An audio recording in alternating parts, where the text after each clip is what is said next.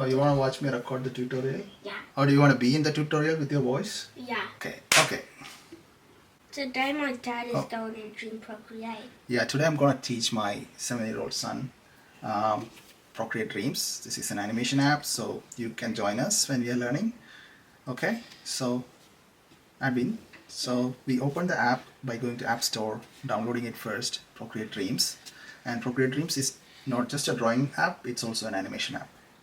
So you tap on open and then it opens up the app and you will see a screen like this where you would have to, if you want a new animation, you go to this plus button and choose what size you want the photo to be or the animation to be. And then here I've chosen like a screen size animation. This is what I have done so far. The shoe floats up with some smoke and then it lands just like a rocket. So here it is. In here you choose a few settings. So this one is how long you want this animation file to be. So this one here, it's 8 seconds, so you can see a timeline here which has 8 seconds. Yeah. And this is the frame per second, so you usually want it to be 12 frames per second. Just don't think too much about it, it's just set it to 12 if you're a beginner. And this is like a stage. So if I tap on onions and onion skins, if you want to see the past and future of this moving thing, you can turn it on. And if you want to see only the one next step of this animation, like the onion skin, you can just reduce it to 1. As you increase the number of onion skins, you can see the frames. So we call each photo a frame. Animation is like a number of frames moving in a certain speed. So that's how you see things. You feel like things are moving, but actually it's just photos moving around. Okay.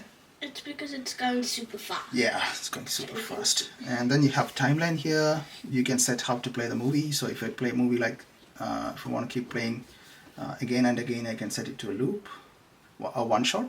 And if I put it to a ping pong, it just goes back and forth. See, goes forward, comes back. So, and then finally, if you want to save this and send it to somebody, you can use this option to send it. Okay, now these are the 3 main menus here: compose, perform, and keyframe. Yeah. And then we have these layers here. If you want to add something and in the timeline, say for example, we always start by going to the compose here, and when you want to add something new, let's say you want to add a new drawing, you tap on drawing. This takes you to a drawing place where you can say, okay, this is maybe I want to do something like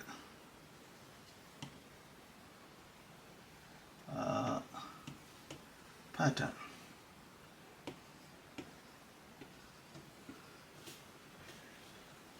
Now if I'm done drawing, I could just do this and this will be like a drawing here. So now it stays in the whole animation. Like it's in the background? Yeah, it's like a background. So you could do drawings like that, and that is like a different layer in the timeline, so it goes all the way for the whole animation. And if you want to delete it, just long press on it and delete.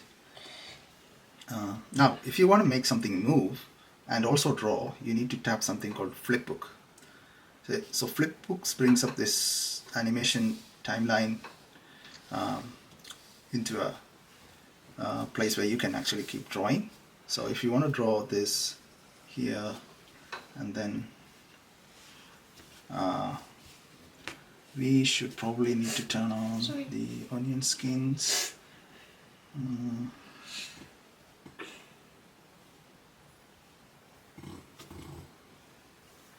Flipbook. Okay.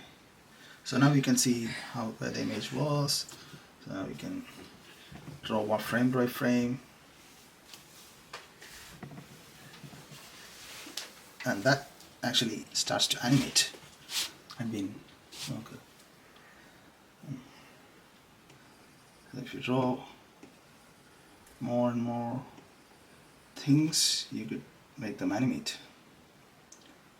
If you exit out of this,